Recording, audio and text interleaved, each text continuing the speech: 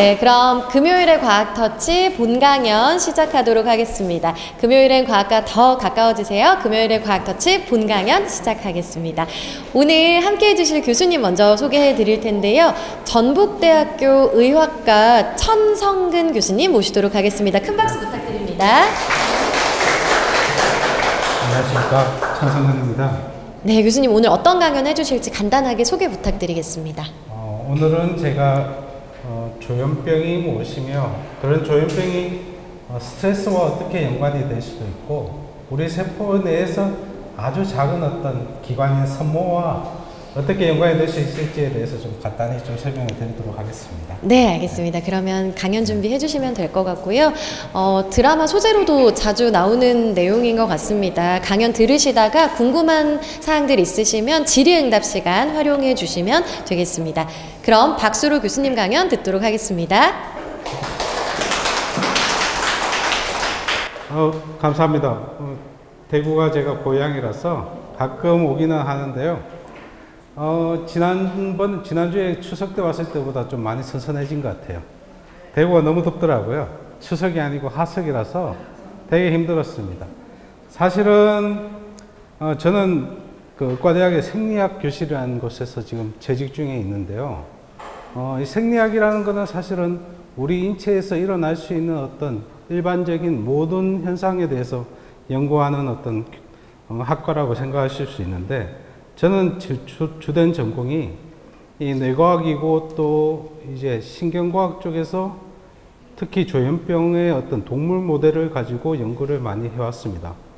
오늘 제가 말씀을 드리고자 하는 것은 우리가 조현병이라는 것들이 사회에서 많은 것들로 많은 어떤 뭐 기사나 아니면 많은 어떤 보고들을 통해서 접하고는 있지만은 우리가 조현병이 과연 어떤 것인지를 조금이라도 좀 이해를 할 수 있으면 좋겠다는 생각과 우리가 조현병 연구하는 데서 상당히 어려움이 많습니다. 그런데 그런 연구 중에서 또 제가 하는 분야가 어떻게 보면 좀 색다르고 새로운 시도라고 할 수 있는데 여러분이 좀 들어봐 주셨으면 감사하겠습니다. 일단 조현병을 저희가 정의를 하게 되면 이 조현병이라는 게 좀 비정상적인 어떤 사고와 현실에 대한 인지를 가지는 거죠. 우리가 정상적이라는 것들은 우리가 살고 있는 현실에 대한 이해를 바탕으로 하는데 이 조현병이라는 건 현실에 대한 이해와 바탕이 좀 약간 일그러져 있는 거예요. 완전히 다른 건 아니고 조금 일그러져 있는데 그것이 밖으로 보일 때는 마치 다른 것처럼 느껴지는 거죠. 보통은 이 조현병이라는 게 처음에는 조금씩 시작하다가 나중에 가면 성인기 초기에 되게 심각해지죠. 이 심각한 증상들이 한번 발병을 하면 보통은 약물로 치료가 되어야 되는데 약물로 치료가 안 되고 약을 끊게 되면 또 재발하기 때문에 이 조현병이 상당히 심각해요. 우리가 지금 보통 접하는 것 쪽에서 이제 뇌과학을 하거나 신경과학을 하는 사람들이 대부분 많은 집중하는 게 치매나 알츠하이머성 치매나 파킨슨병 이런 질환인데 이런 질환에도 사실은 사회 구성원이나 아니면 가족 구성원이 엄청 힘들죠. 근데 이 조현병 환자를 이제 가지고 있는 어떤 가정에서도 상당히 힘들어요. 왜냐하면 이게 컨트롤하기 힘들고 약을 끊게 되면 재발률이 너무 높기 때문에 그래서 심각한데 대부분 한 우리가 영구적으로 보면 0.5에서 한 1% 정도가 지금 조현병 환자가 있는 걸로 알려져 있습니다. 그래서 상대적으로 이 조현병이라는 게 예전 여기 계신 분들도 다 아시겠지만은 국내에서도 이 조현병이나 이런 환자들에 대해서 많이 터부시켰죠. 그러니까 내 가족이 이런 환자가 있다는 걸 밖에 잘 안 알렸어요. 그러다 보니 이 퍼센티지를 믿을 수가 없죠, 사실은. 저희가 한 25만 명에서 50만 명이 있다고 하는데 사회적으로는 계속 뭔가 보고가 되고 있거든요. 사실 이게 발전하는 어떤 특히 또 한국과 같은 사회에서는 되게 좀 더 이런 것들이 더 많이 심각해지고 있기 때문에 거기에 대해서 한번 말씀을 드리겠습니다. 사실 5월 24일이 세계 조현병의 날에 오늘은 아니지만은 이 조현이라는 게 무엇이냐면 우리가 현악기의 줄을 이렇게 맞춰야지 좋은 소리가 나잖아요. 그러니까 현실적으로 우리가 뭔가를 이해를 하고 현실과 맞게끔 살려고 하면 이 현이라는 게 잘 맞춰져야 되는데 이 조현병 환자들은 이 약간 줄이 느슨해져 있다는 거죠. 같은 우리가 이야기를 듣더라도 다르게 생각할 수 있고 같은 어떤 상황에 놓여 있더라도 이해하는 게 조금 다를 뿐이에요. 저희와 전혀 다른 사람 아니에요. 조금 다를 뿐인데 우리는 너무 다르다고 생각하는 경향이 있긴 하죠. 한국에서는 한 25에서 50만 명 추정이 된다고 하는데 이게 최근의 보고입니다. 근데 이 조현병이라는 게 어떻게 만들어졌냐 하면 처음에 이 M.A. 클래필이라는 박사님이 정신의학자가 이 조발성 치매라고 뭔가 깜빡깜빡하는 거를 젊은 나이 즉 청소년기에 발생한다고 해서 조발성 치매라고 이야기를 했었어요. 근데 이제 정식적으로 조현병이라는 말이 나왔던 즉 스키조프레니아라고 말했던 거는 이 스위스의 정신의학자인 오이겐 블로이러라는 그 의학자가 이 스키조라는 건 뭔가 깨어져 있다는 거거든요. 분열되어 있다. 그리고 프레는 마음이에요. 마인드. 그래서 정신이 깨어져 있다 해가지고 예전에는 정신분열증이라고 말을 했었죠.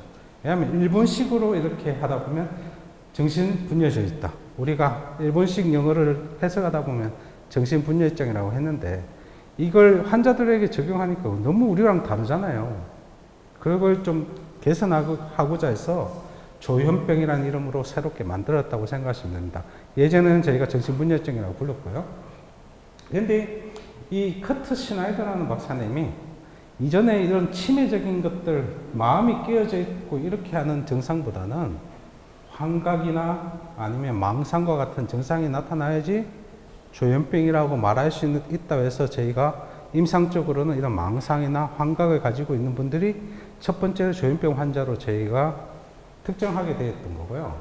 국내에서 조현병 유병률을 보면 실제적으로 원래 일어나는 조현병이 아주 태어나면서 발생하지는 않습니다. 대부분이 청소년기에 발생을 하거든요. 이게 10대 때 많이 발생해요. 10대와 20대 때 많이 발생했다가 20대 넘어가면서 30대, 40대 촉발되면 이때는 평생 약을 끊을 수가 없습니다. 평생 가족들이 케어를 해야 되고 그게 잘 안 되면 대부분 어떻게 되냐면 병원에 입원을 하시게 되죠. 이게 궁극적으로는 입원하게끔 되고 그리고 또 잘못된 어떤 선택이면 대부분 이 자살률이 되게 높아요. 이 조현병 환자들이 실제적으로는 너무 심하면 이제 현실과 비현실에 대한 구분이 힘들어지며 사회적으로 상당히 위축을 느끼고 본인들이 사회적으로 도피, 회피를 하려고 하는 경향이 많다 보니까 한국에 지금 엄청 저희가 힘든 것들이 자살률이 높은 거잖아요. 왜냐하면 저희가 오늘 말씀드리려고 하는 어떻게 보면 이 스트레스에 너무 많이 놓여 있는 거죠.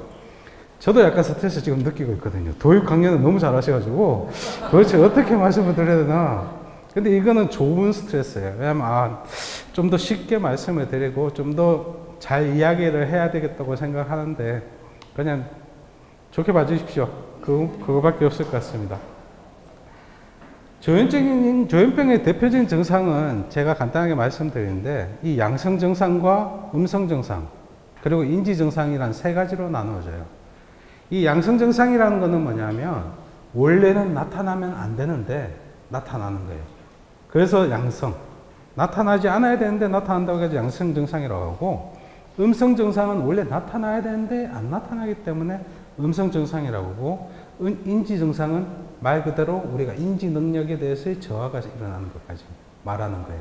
이렇게만 듣다 보면 이 인지 증상으로 한번 먼저 가보면 학습 능력 저하나 기억력, 이런 문제 해결 능력이 감소된다는 것은 얼핏 보면 우리 치매 환자분들하고 거의 비슷하죠. 이 조현병 환자분들이 치매 환자분들의 어떤 그런 문제점도 같이 가지고 있어요. 그러니까 조현병이 어떻게 보면 엄청 복합적인 질환으로 간주되는 거죠.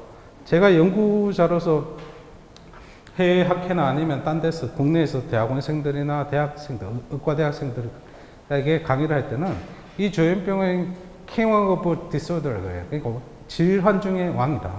모든 걸 다 포함하고 있어요.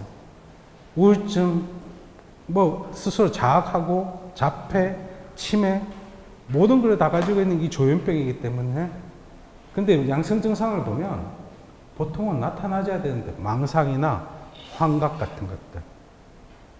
마치 제가 뒤에서 한번 보여드리겠습니다. 음성 증상은 뭐든지 감정적으로 관계되는 거예요. 감각이 좀 이상하든지 감정적인 요소와 관계되기 때문에 보통은 우리가 기쁘죠.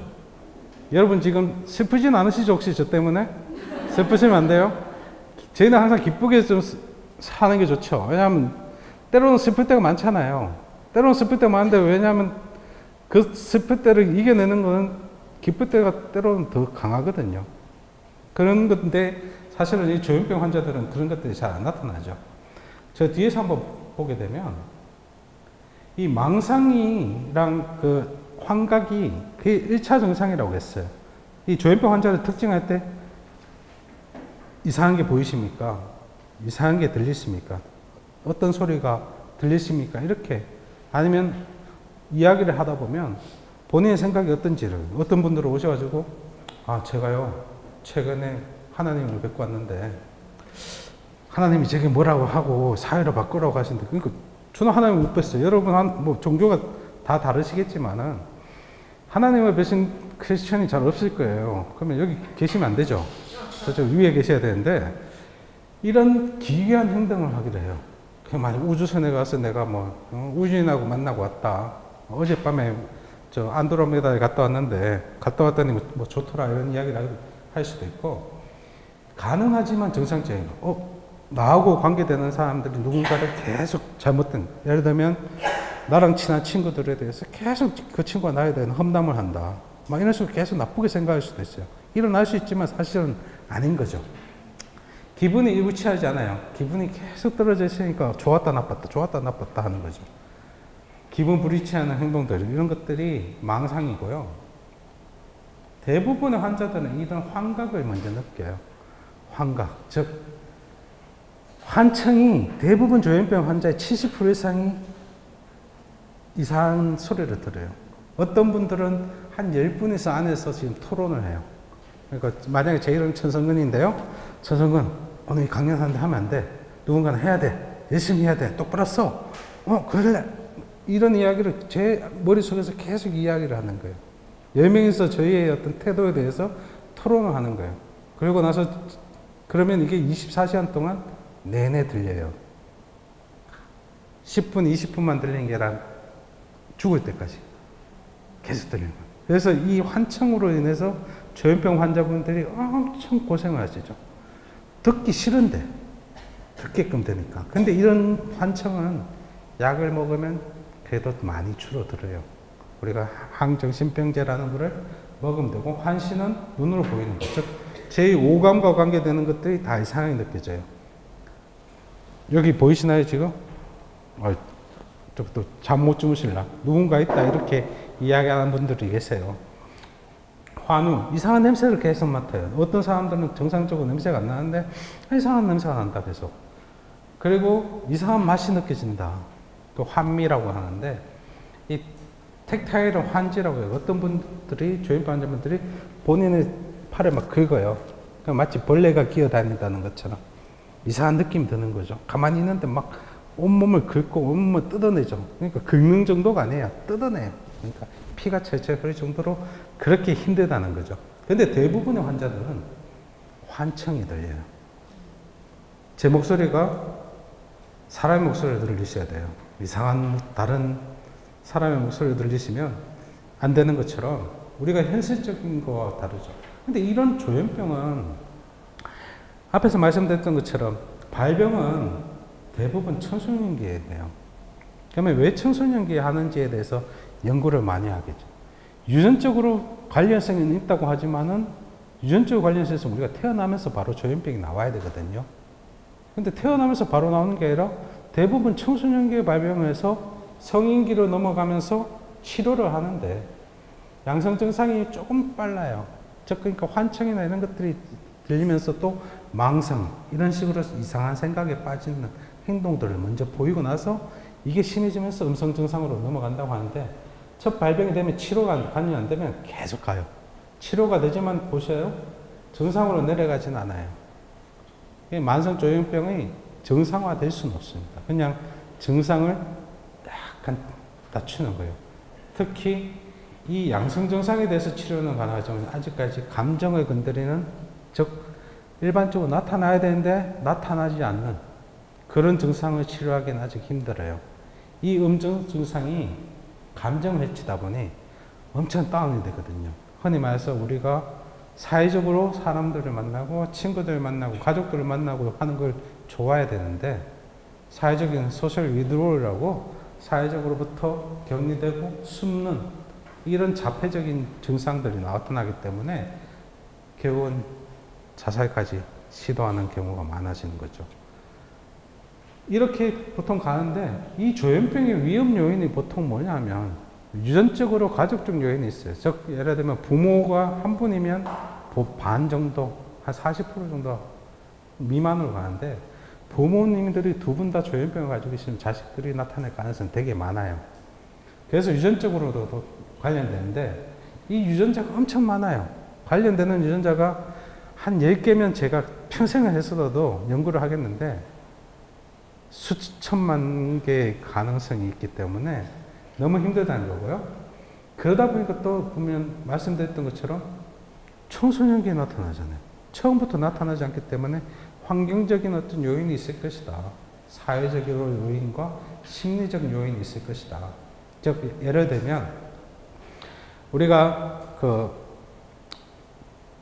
어머님께서 태어나기 전에 만약에 감염, 그러니까 즉 산모가 감염, 바이러스나 이런 데 감염이 되어 있으면 그 자녀분이 그런 질환을 가질 가능성도 있고요. 태어나는 상황에서 좀 산소 결핍이나 이런 것들이 나왔다면 뇌에서의 어떤 신경을 건드리기 때문에 나타날 수도 있고요. 그리고 나서 예를 들면 우리가 납 중독이나 납이나 이런 것들, 아니면 실제적으로 산모가 너무 배고픔에 허덕였든지 그 영양분을 제대로 공급 못했다는 거죠. 그리고 이제 좀 청소년기에는 대부분 뭐냐면 최근에 국내에서 문제가 많은 마약이나 이런 약물 남용이죠. 마약이 쉽게 따져보면 해보신 분 안 계시죠? 네. 해보시면 안 되겠죠? 저도 해보진 않았습니다. 근데 마약을 하면 왜 그렇게 하냐면 현실과 다른 걸 경험하거든요. 즉 조현병이 그렇죠. 현실과 다른 걸 경험하는 거죠. 그래서 마약을 남용하면 현실과 다른 걸 겪으면서 뇌는 다 망가뜨려요. 그러니까 조현병이 나타날 수도 있고, 그 중에 하나가 또 뭐냐면 환경적으로 스트레스예요. 왜 국내에서 조현병이 계속 증가해요? 대한민국이 조현병이 엄청 많이 올라가는 이유가 우리가 너무 스트레스가 많은 상황인 거죠. 하루를 24시간을 따져보면 좋은 시간이 언제일까 싶은 생각이 들 때가 많은 거죠. 때로는. 너무 스트레스적인 상황에 많이 놓여 있을 수도 있고, 제가 이제 직장은 전주지만은 이제 대구에 요 근처에 이제 가족이 있어요. 그 애 엄마랑 와이프랑 아이들, 딸과 아들이 있는데, 그래서 제가 조립을 안 했어요. 혹시라도 초등학교 지금 그 아들이 있는데 초등학교 아들만 갖다 주면 이제 중학교 딸이 또 화를 낼까봐 그 조립을 하려다가 그냥 가지고 가려고 하는데요.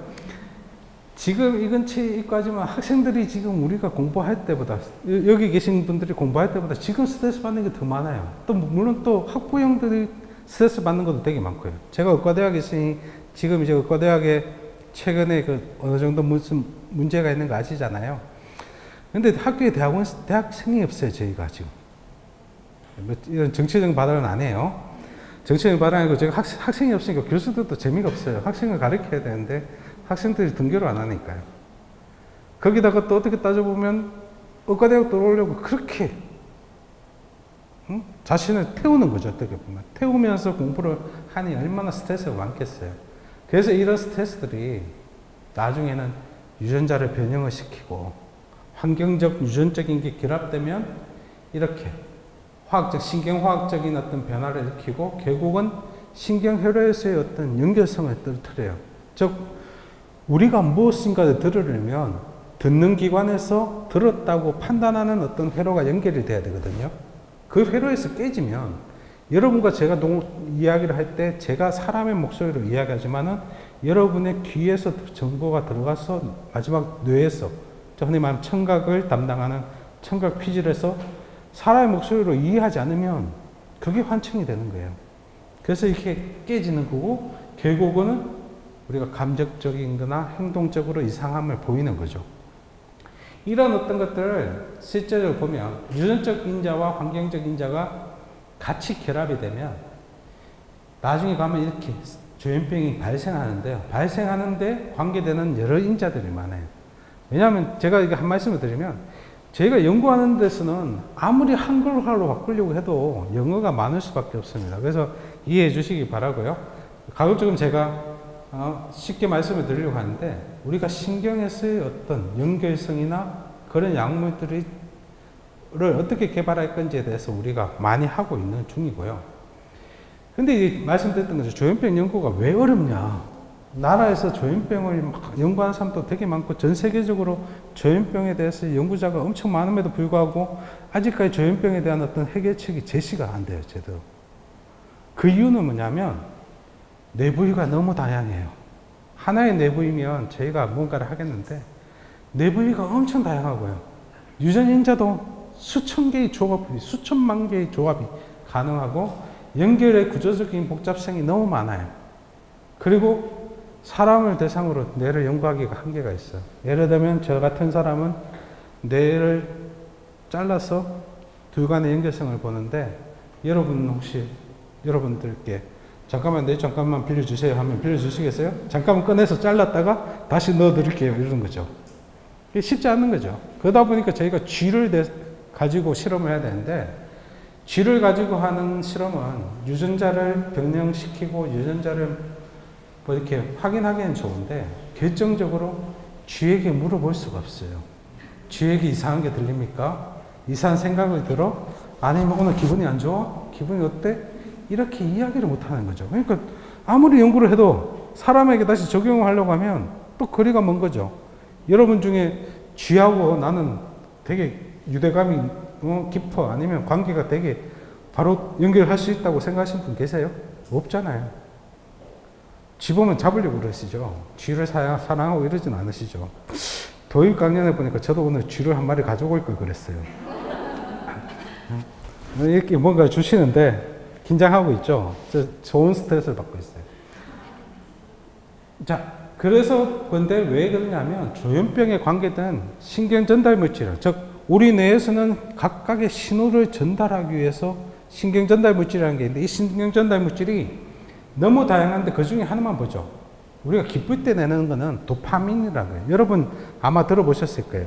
최근에 유튜브나 이런 것들 뭐 유튜브 보면서 드라마 보면서 뭐 보고 할 때 도파민이라는 말을 많이 써요. 단어를.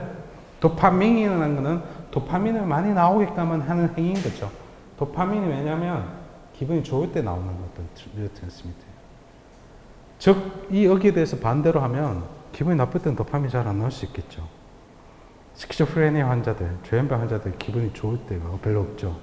도파민이 관여되는 것들이 많은데 글루타메이트 같은 경우는 기억에도 관계되는 거죠. 그러니까 조현병은 모든 증상을 다 가지고 있으니 다양한 신경전달 물질이 다 관여된단 말이에요. 그러니까 하나만 접근할 수가 없어요. 그래서 너무 어렵죠. 그리고 신경전달 물질이 다양하다 보니까 이렇게 음성 증상과 양성 증상과 인지 증상에 따라서 각각이 다 달라요. 겹치기도 하고. 하나 발견해서 유레카 해서 잘했다 했는데 아닌 거죠. 딴 거랑 또 관계되고. 그래서 저희가 실에 빠져요. 사실은 연구하는 사람들이. 오늘 발견했다고 했는데 잘 안 돼요. 뇌 부위가 엄청 달라요. 하나만 예를 들면 메소림빅이라고 해가지고 중뇌에서부터 대뇌 변연계로 가는 거예요. 변연계는 뭐냐면 감정을 건드리는 곳이에요. 감정을 다루는 곳인데 감정을 다루는 부위도 있고 이쪽으로 가면 코그니티브한 즉 우리가 기억을 하고 인지를 하는 능력도 있어요. 그러니까 뇌 부위가 다 다른 거죠. 그러니까 인지를 관심 있는 사람들은 인지 영역, 감정에 관심 있는 사람은 감정 영역을 할 수밖에 없어요. 근데 그 대표적인 조현병 가설은 오늘 설명 하나 드리려고 하는데 도파민의 가설이에요. 도파민 가설이 뭐냐면 도파민이 과잉, 많아지든지 아니면 저하가 되면 나타나는 증상이라고 하는데 이 도파민이 가는 것이 중뇌에서부터 쭉 가서 앞쪽으로 가면 양성 증상이 일어난다고요. 이때 여기가 아마도 양성 증상과 관계가 되겠다 해가지고 지금 연구를 하고 있고요. 음성 증상은 여기에서부터 이쪽으로 넘어가는 것들이 좀 도파민의 하이퍼 펑션이 일어나고 이렇게 되면 음성 증상이 나타나겠구나 하고 알려져 있는데 이런 도파민 가설에서는 도파민이 관계되는 수용체가 있어요. 도파민을 보내면 받아들여야 되는데 그렇게 받아들이는 것이 실제적으로 두 가지 타입이 있어요. D1에 유사한 것과 D2가 유사한 게 있는데 여기서 보시면 뭐냐면 D1에 유사한 거는 활성을 시키는 거예요. D2가 유사한 거는 억제를 시켜요. 그러면 D2가 많아지면 억제가 많겠죠. 정상적으로 와야 되는 신호를 억제시키는 거로 알려져 있어요. 실제적으로 보면 대부분이 우리는 도파민 D2 계열이 많다 해서 실제적으로 정보가 제대로 감각으로 들어가야 되는데 감각의 손상이거든요. 감각 인지의 손상이에요.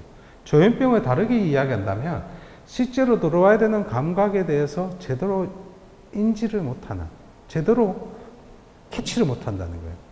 즉 그러면 너무 억제가 많아져 버리면 우리가 아라는 소리를 가지고 갔을 때 아가 아니라 이상한 소리가 되는 거예요. 그걸 머릿속에서 계속 섞이다 보면 다른 소리가 만들어져요. 소리의 처리가 제대로 안 되는 거죠.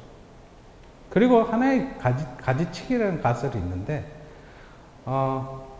이 파인버그라는 그 교수님이 말씀하셨는데, 왜냐하면 청소년기에부터 이렇게 갔더니 이분이 원래 수면 하시는 분이에요. 잠을 어떻게 자냐, 렘 수면을 어떻게 하냐, 이런 걸 연구하시던 분인데, 시냅스, 즉, 우리는 여러분하고 저하고 연결이 있으면 연결이라는 걸 시냅스라는 거로 서로 연결을 하는데, 그 시냅스가 갑자기 청소년기에 확 줄어버리는 거예요, 이렇게. 확 줄어버리니까 조현병이 나타나더라. 즉, 이런 가지치기는 보면, 정상적으로는 이렇게 가지가 돌기가 있어요. 돌기가 있는데, 돌기가 사라졌죠. 즉, 요렇게 미세 악교 세포라는 마이크로글라이아라고 하는데 미세 악교 세포가 알츠하이머스 치매에도 되게 중요하게 관계된다고 해요. 정보를 보시죠. 쉽게 설명해 드릴게요. 여기 있는 녀석이 시냅스를 가지고 외부에서 뭔가 신호를 받아야 되는데 얘를 없애버리면 외부에서 신호가 있더라도 받을 수 있겠어요? 못 받겠죠. 정상적으로는 이렇게 돼 있는데 스키조프레니아에서는, 즉 조현병에서는 얘가 싹 없애버려요. 즉 그러니까 보내는 곳은 있는데 받는 곳에서 정보를 못 받아들이는 거죠. 그러니까 우리가 청각 피질에 있고 시각 피질에 있는데 실제로 받는 게 무엇이라고 표상을 해야 되는데 뭐라고 나타내야 되는데 나타낼 곳이 신호를 못 받는 거예요. 보내주기는 보는데 눈은 말짱해요. 조현병 환자가 눈이 이상하진 않아요. 그렇죠? 조현병 환자가 귀가 이상하진 않아요. 그런데 청각 피질에서 소리가 다르게 들리는 거죠. 조현병 연구는 최신에 이렇게 다양하게 해요. 엄청 다양하게 하는 데서 그 중에서 하나의 사례는 뭐냐면 우리가 사람을 쓸 수가 없으니까 쥐를 쓰거든요.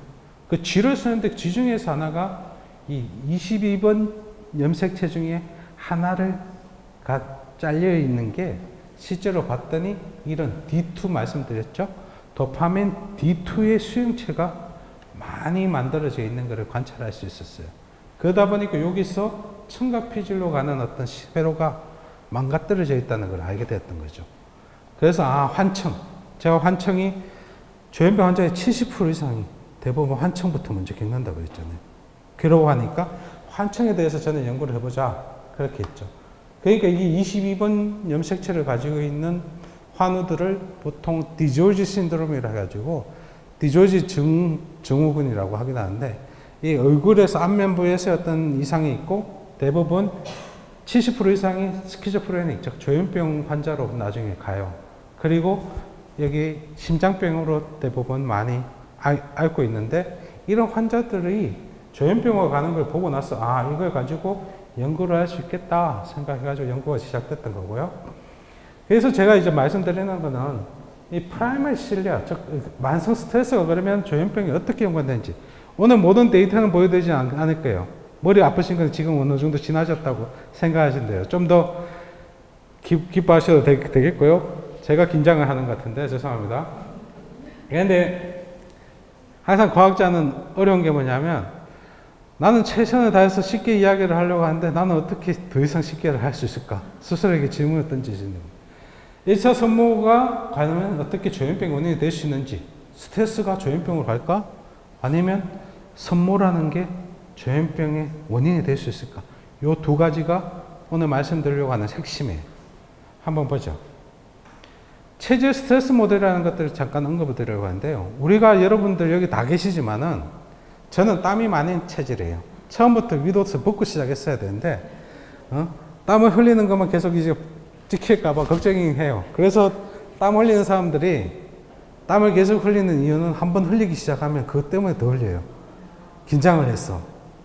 그렇죠? 조현병 환자들하고 똑같아요. 어떻게 보면 이게 감정적인 거거든요. 이 체질 스트레스는 뭐냐면, 저는 원래 앞에 나와서 이렇게 하는 게 좋아하는데 오늘 이게 안 돼가지고요. 체질 스트레스라는 건 뭐냐면, 우리가 스트레스에 노출되어 있지만은 받아들이는 건 다 달라요. 얘기하시죠. 실제적으로 스트레스를 이렇게 받지만은 어떤 사람은 스트레스를 이겨내고 어떤 사람은 스트레스에 약해서 다운될 수도 있어요. 이걸 체질 스트레스라고 하는데, 이 체질 스트레스에 의해서 어떤 것들이 일어나면 질환이 나타나는 것을 체질 스트레스 모델이라고 그래요. 즉 모든 사람이 스트레스를 노출되었다고 다 조현병이 걸리는 건 아니에요. 여기서 아셔야 될 거는, 그렇지만은 일부 사람은 스트레스에 노출되면 조현병이 나타날 수도 있다는 거예요. 체질적으로 약화됐다고. 이 체질 스트레스라고 그런 거고, 이때 해결책들이 여러 가지 친구들이나 아니면 주변의 도움으로서 많이 해결될 수는 있어요. 그렇지만 한계가 있죠. 자, 만성 스트레스 모델이라는 것들을 동물에게 쓰기 시작했어요. 만성적, 그냥 한 번의 스트레스는 아니에요. 계속 반복되는 스트레스가 있으면 되는데, 저희가 쥐를 가지고 실험을 하는데 이 ICR 마우스가 좀 커요. 그리고 이 C57이라는 마우스가 좀 더 검은색이 좀 작거든요. 근데 이 얘네들을 원래 이 친구가 있는 방에다가 이 친구를 넣어줘요. 그러면 이 친구가 생각할 때는 내 집인데 네가 들어왔어? 그러니까 침입했다는 생각으로 괴롭히기 시작해요. 괴롭힌데 좀 더 보여드릴게요. 그냥 안 괴롭혀요. 계속 괴롭혀요. 엄청나게 물어뜯어요. 근데 그러면 이 친구를 만약에 괴롭혔다가 5에서 10분을 뒀어요. 매일. 그리고 사람이 잔인하죠. 잔인하다 그러면 안 돼요. 잔쥐하죠. 쥐한테 되게 못되게 하죠. 벽을 투명하게 이렇게 만들어 가지고 옆에 또 놔둬요. 하루 종일. 제가 날 괴롭혔는데 떨어뜨려 두는 게 아니고 또 같은 공간에 격벽만 있을 뿐이에요. 근데 격벽에 안 보는 것도 아니고 투명이니까 서로 보일 수도 있어요. 또 구멍도 뚫려 있기 때문에 냄새도 맡을 수 있어요. 치가 떨리죠. 치가 떨리게끔 만들어 두는 거죠. 그걸 몇 번 하냐면 10일에서 24일간 반복해요. 그러면 쥐가 나중에는 제발 날 살려줘. 헬프미 할 수도 있는데, 아까 말씀드렸죠? 쥐랑 저랑 의사소통이 안 돼요. 꺼내주고 싶은데 못 꺼내줘요. 자, 여기서 저희가 하는 스트레스를 한번 보여드릴게요. 이게 ICR 마우스예요. 같이 넣어뒀어요. 잘 지내는 것 같았는데.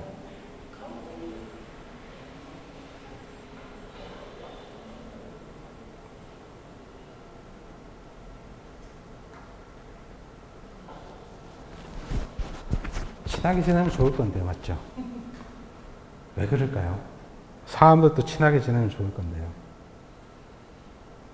잠시 그냥 얘가 좀 체력을 비축하고 있는 거예요, 지금. 또 괴롭히려고. 보시죠. 은슬쩍 옆으로 갔다가,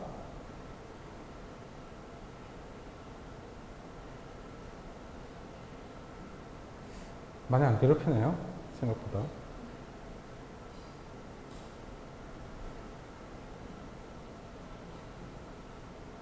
이 친구는 지금 놀라고 있는데 이 친구는 여유가 있는 거예요. 쉽게 말하면. 한번 붙어봤거든요.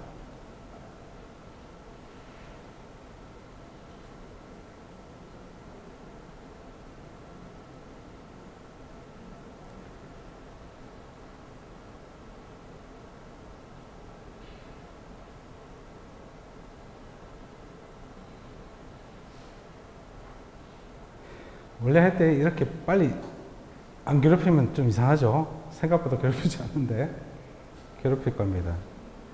이렇게. 또 시작하는 거죠. 이걸 십몇칠 반복을 하는 거죠. 그러다 보면 이 친구는 쥐들이 사는 게 보통 저희가 한 2년 넘게 살아요. 하는데 이 친구는 한창 청소년기 때 한 20대 정도 되거든요. 10대, 20대. 저걸 계속 느낀 거예요. 엄청 스트레스가 많죠. 스트레스 호르몬이 되게 많아요. 이 정도만 보여드리고 넘어가도록 하겠습니다. 이렇게 스트레스를 많이 만들면 쥐들이 실제적으로 그러면 사람과 비슷한 어떤 조현병 증상들이 나타나는지에 대해서 보는 거죠. 그 실제적으로 보면 어떻게 테스트를 하냐면 이 친구를 이런 격벽에 놔두면 만약에 이 친구와 이 친구가 친하면 어떻게 되냐면 쥐들이나 사람들은 여기 있으면 무엇이 있는지에 대해서 계속 찾아보려고 하겠죠. 근데 이 친구가 싫으면 절대 안 갈 거예요. 맞죠? 우리가 친구들끼리도 친한 친구나 아니면 처음 만난 친구들이면 안녕하세요 뭐 이렇게 인사를 하겠지만은 진짜 싫은 친구들은 안 볼 거예요. 그런 어떤 행동적인 실험을 하는 거죠. 스트레스가 없을 때는 여기 처음에 쥐를 안 놔뒀을 때는 잘 탐색을 해요. 그리고 쥐를 놔뒀더라도 많이 갈 거예요. 큰 흰 쥐 잘 있었어? 하고 이렇게 작은 검은 생쥐가 찾아갈 건데 스트레스를 노출됐던 친구는 어떻게 하냐면 마음속 없을 때도 상당히 잘 안 가다가 있을 때는 구석에 숨어 있죠. 안 가는 거예요. 저 친구한테는 일단은 겁을 먹고 안 볼 거야. 이런 스트레스들이 가득한 거죠. 이런 스트레스들이 그러면 뇌에서 어떻게 영향을 주는지를 이 쥐를 희생을 시켜서 쥐의 뇌를 확인해 봤어요. 쥐의 뇌를 확인을 해 봤더니 이 맵2라는 것이 실제로 마이크로 튜브라고 미세 소관을 형성하는 데 필요한 것들인데 이런 것들이 예를 들면 서스라는 게 스트레스를 받은 그룹이에요. 그룹에서 상당히 정상보다 줄어 있어요. 즉 미세 소관을 형성시키는 요소들을 떨어뜨리는 거죠.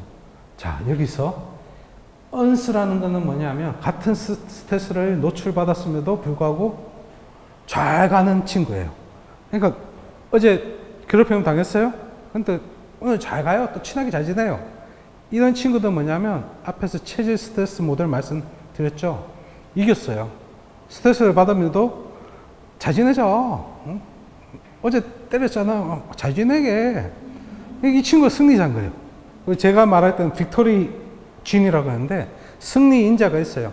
아무리 괴로움을 받고 아무리 어려움을 받더라도 이겨내고 하는 거죠. 오히려 보세요. 정상보다 더 많아져요. 그러니까 적당한 스트레스는 좋다고 하잖아요. 적당한 스트레스는 깨어있기 좋거든요. 이 친구는 스트레스를 승화시켰어요.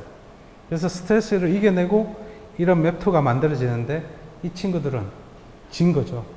즉 쉽게 말하면 스트레스에 의해서 내가 변화를 당한 그런 체질 스트레스가 되는 거고 이런 것들이 실제적으로 튜뷸린이라는 것들은 뭐냐면 미세 소관을 만드는 거예요. 즉 미세 소관을 만들어내는 것까지도 이런 스트레스를 많이 받은 그룹에서는 줄어 있는 걸 발견할 수가 있었죠. 그러면 뭐냐면 미세 소관을 왜 받느냐?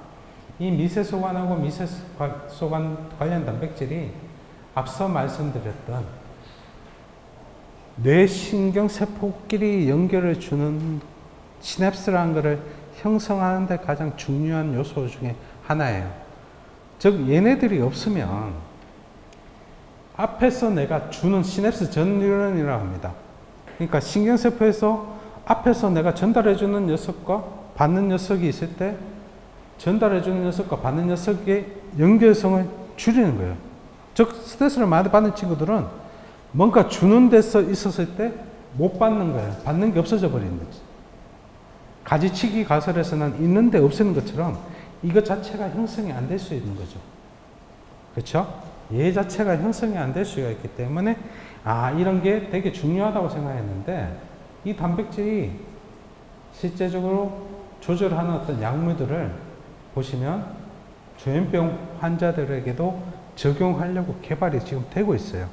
즉 미세소관에 대해서 조절이 조현병을 치료하는 데 하나의 요소로서 작용할 수 있다는 것들이 보고가 됨에도 불구하고 아직까지 여전히 부족한 상황이죠.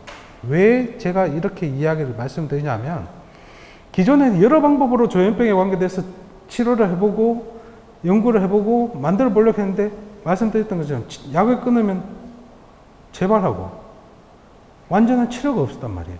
계속 뭔가 특정한 어떤 치료에 대한 기법이 필요하고 원인을 다시 이야기를 해야 되는데 그 중에 하나가 미세소관일 수도 있겠다.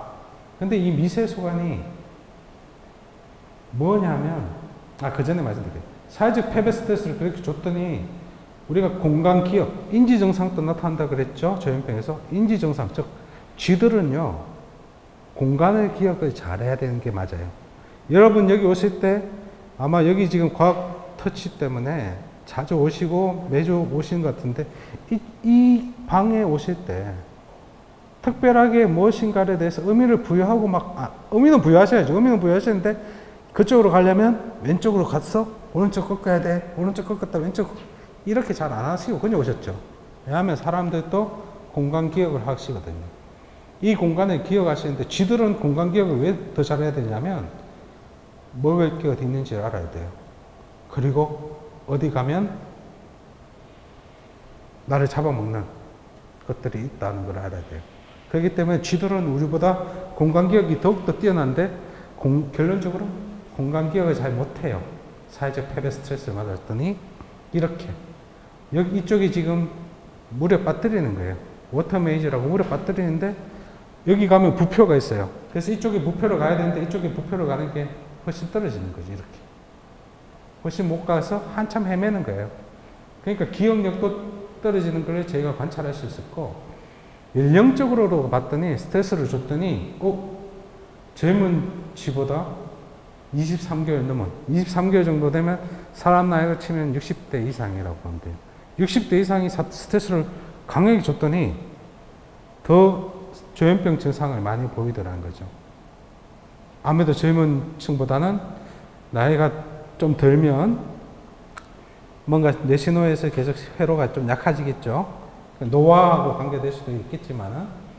자, 그래서 만성 스트레스가 이 미세소관을 형성을 저해할 수 있고 공간기억 같은 어떤 기억력의 저하를 유도할 수도 있고 그래서 나이가 들면 조현병이 더 나타난다는 것을 알 수 있어요. 근데 여기서 선모를 이야기할 때 선모가 뭐냐? 선모는요 앞에서 말씀드렸던 미세소관으로 만들어지는 세포 웹에 도출되어 있는 이런 모양이에요. 선모예요. 크게 운동성과 비운동성이 있는데 저는 오늘 비운동성에 대해서 말씀을 드리려고 해요. 운동성은 뭐냐 하면 자기가 에너지를 가지고 탁탁탁탁 움직여주는 거예요. 꼬리 있는 것처럼.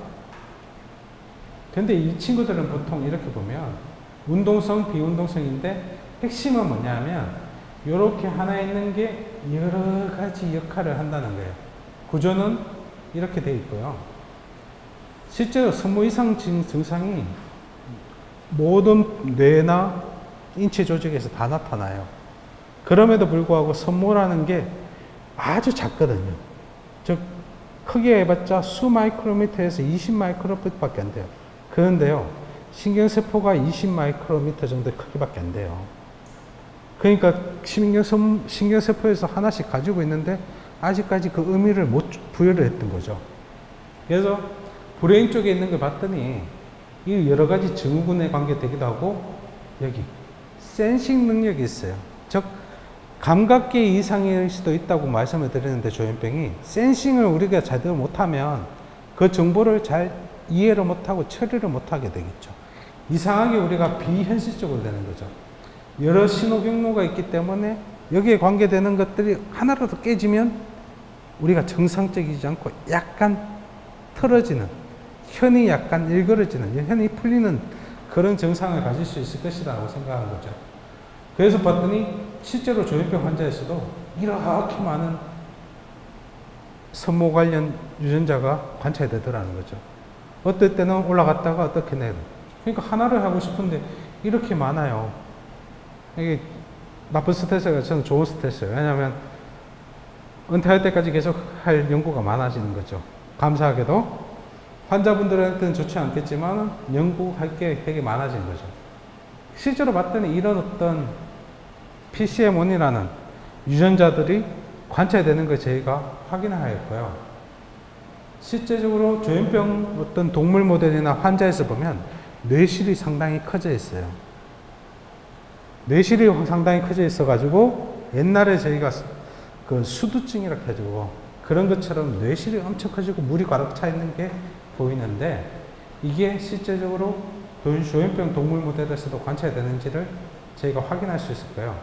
자, 여기에서는 아마 재미가 있을 수 있는데 Disrupted in Schizophrenia 1이라고 디스크1이 이제까지 조현병의 대표적인 유전자라고 알려졌어요. 조현병의 유전자 그러면 디스크1이라고 항상 이야기를 했었거든요. 최근에는 좀 바뀌었어요.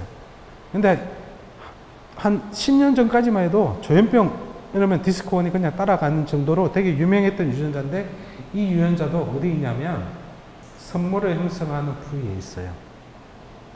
즉 뭐냐면 그렇게 유명했던 조현병과 관계되는 유전자가 실제로 봤더니 우리가 이제까지 아무것도 신경도 안 썼던 선모에 관계되는 인자였다는 거죠. 그럼 선모를 우리가 뭔가 건드릴 수 있으면 조현병을 치료할 수 있지 않을까 하고 접근을 하게 된 거죠. 결론적으로는. 자, 어떻게 보냐면 1차 선모가 만약 이렇게 있어요. 여기 신경세포입니다. 얘가 신호를 주는 쪽이라고 하면 이렇게 하나가 있는데 얘네들을 조건적으로 제거를 하게 되면요. 짧아지면서 성장하는 원뿔이 형태가 달라져요. 다시 말씀드리면 컨트롤에 정상에서는 보면 이렇게 돌기들이 많아 있는데 여기 보세요. 돌기가 밋밋하죠. 산으로 치면 나무가 빽빽하게 있어야 되는데 민둥산이 된 거예요. 그러니까 뭔가 받아야 되는데 받을 게 없는 거예요. 그러니까 신호를 주려고 해도 못 받죠. 여기 있으면. 그렇죠? 그렇게 되는 것들이 1차 선모에 따라서 달라지는데 저희는 동물 모델로 앞에서 했었으면 이제는 세포를 가지고 해보자 해서 세포를 가지고 연구를 했는데 어떻게 되냐면 항정신병제를 사용했어요. 즉 우리가 조현병 환자들에게 앞에서 양성 증상을 좀 완화시키기 위해서 항정신병제, 즉 그 정신병을 치료하는 조현병의 치료제를 처방을 하게 되면 조현병 증상이 좀 나아지거든요. 그럼 나아졌다는 건 뭐냐면 뭔가 구조적으로 정상으로 갈 수 있다는 이야기를 하는 거니 얘들을 가지고 처리를 해봤어요. 그래서 봤더니 실제적으로 동물로 가지고 하는 스트레스에 관계에서는 봤지만은 여러 인자를 가지고 그러면 1차 선모가 어떻게 형성되는지에 대해서 관찰을 해봤죠. 자, 가설은 이렇습니다. 실제적으로 하나의 뉴런이 있으면 이게 선모예요. 선모가 있으면 바깥에서부터 오는 정보들을 선모가 세포의 안테나가 돼가지고 신호가 오네 있을 때는 신호가 오네 하고 받았다가 얘가 없을 때는 신호를 아무리 줘도 받는 쪽에서는 몰라 신호 없어 부정을 하게 되는 거죠. 즉 감각의 정보를 받는 데서 얘가 있냐 없냐에 따라서 받을까 말까 하는 역할을 할 수 있지 않을까 라고 생각했던 거고요. 실제로 봤더니 여기서 보시면 D2라는 것들이 많아진다고 그랬죠. 조현병에서 관찰되는 도파민 가설에서 D2를 우리가 많이 만들어 봤어요. 결론적으로 그랬더니 정상보다 줄어버렸어요. 이렇게 요게 녹색 부분이 1차 선모인데요. 1차 선모가 상당히 줄어 있음을 알 수 있습니다. 이거는 뭐냐면 도파민 D2가 뭔가 많아지면 선모 자체를 일단은 줄이구나.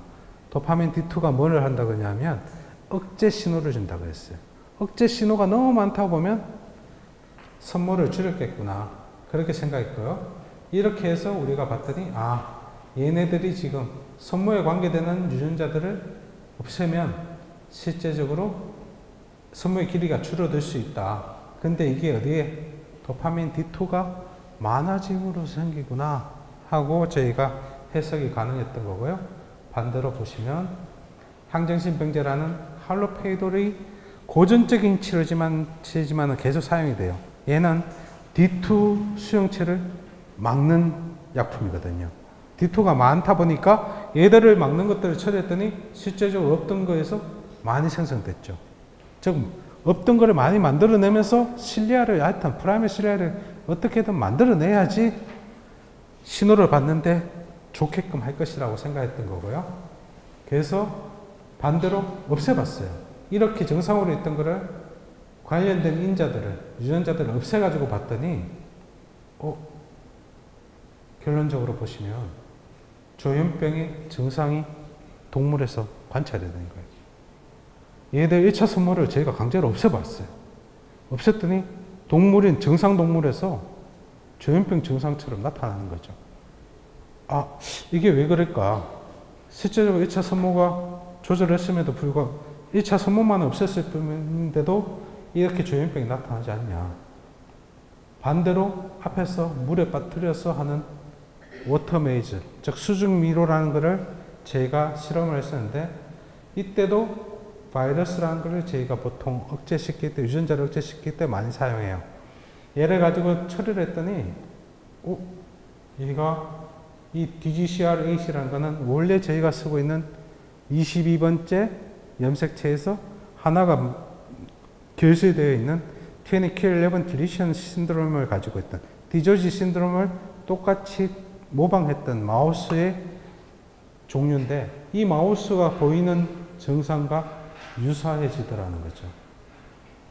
이게 1차 선모가 형성된 거에 따라서 우리가 달라지구나. 조현병을 나타낼 수 있다. 그러니까 기존에 D2를 맞고 D1을 맞고 뭐 내부위 다양하게 하지 말고 선모를 조절해보자. 1차 선모를 조절해보면 뭔가 조현병 치료에 관련할 것이다. 자, 마지막으로 요약을 한번 드리겠습니다. 도파민 D2는 저희가 보통은 억제적인 신호를 주기 때문에 전체적으로 우리가 성장을 하거나 유전자를 발현하는 데 있어서 억제 신호를 줘요. 근데 얘네들이 정상적으로 그냥 존재를 할 때는 약한 신호를 가지는데 조현병 환자들한테는 이런 도파민 D2 수용체가 훨씬 많이 보여지거든요. 그럼 훨씬 많이 보여지니까 이 친구들이 억제하는 신호가 훨씬 강할 거라는 거죠.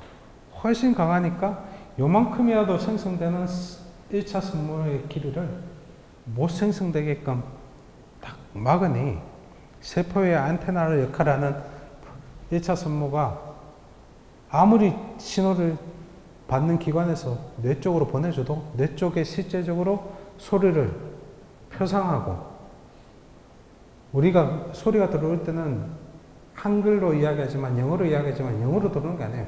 프리퀀시 즉 진동에 대한 주파수로 들어오는 거예요. 주파수를 저희 뇌의 청각 피질에서 한글이다 영어다 이렇게 표상을 하는 거거든요. 여러분을 볼 때 제가 여러분이 다 뭐 미남이시고 미인이시고 그러신데 제가 볼 때는 이렇게 얼굴로 보이는 게 아니라 각각 색깔의 조합으로 오는 거를 제 시각 피질에서 그렇게 표상을 하는 거거든요. 그 표상하는 데서 받아들이는 데서 못 받아들이기 때문에 우리가 현실적인 거와 다른 어떤 증상을 나타내지 않을까, 조현병이. 그래서 결론적으로는 조현병이 대부분 치료제가 도파민 D2를 막는 약품들이 많아요. 도파민 D2 수용체가 너무 과발련되어 있으니까 많아져 있으니까 얘네들을 좀 억제를 하면 증상이 나아지거든요. 그 증상이 나아지는데 앞에서 말씀드렸던 할로페이돌이라는 것을 처리했더니 이렇게 블라킹이 되고 있던, 강하게 블라킹 됐던 것을 막아서 실리아를 키게끔 하니까 아마도 신호를 받게끔 더 정상적인 신호로 가게끔 하지 않았을까. 앞에서 같은 스트레스에 노출됐음에도 불구하고 더 많이 발현된 애들은 더욱더 스마트해지고 조금만 정보를 오더라도 빨리 처리가 되겠죠. 우리가 같은 스트레스에 노출됐더라도 스트레스를 이긴 사람이랑 스트레스를 받은 사람이랑은 달라요.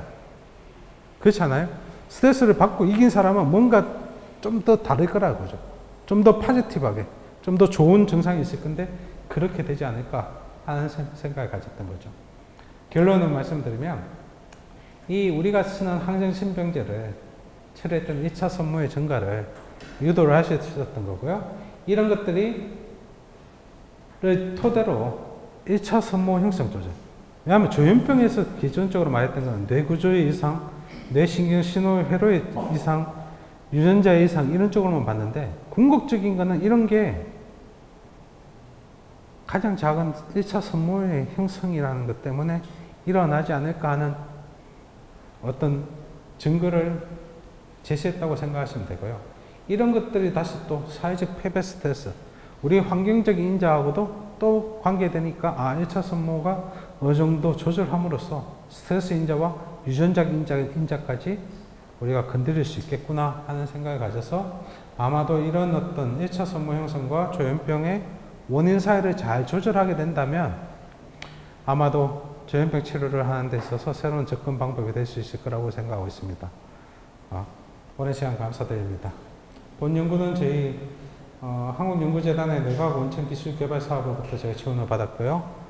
국가연구비를 받아서 연구를 충실하게 할 수 있는 기회를 주셔서 감사합니다. 또 더불어 오늘 고향 대구에까지 와서 금요일에 과학 터치 시간을 가질 수 있게 되어서 영광입니다. 감사합니다. 오늘 재미있는 강연 들려주신 교수님께 다시 한번 큰 박수 부탁드립니다. 네, 금요일의 과학터치 오늘 여기까지입니다. 저희는 10월에 다시 돌아올 테니까요. 그때도 함께 해주시면 되겠습니다. 금요일의 과학과 더 가까워지세요. 여러분 고맙습니다. 감사합니다.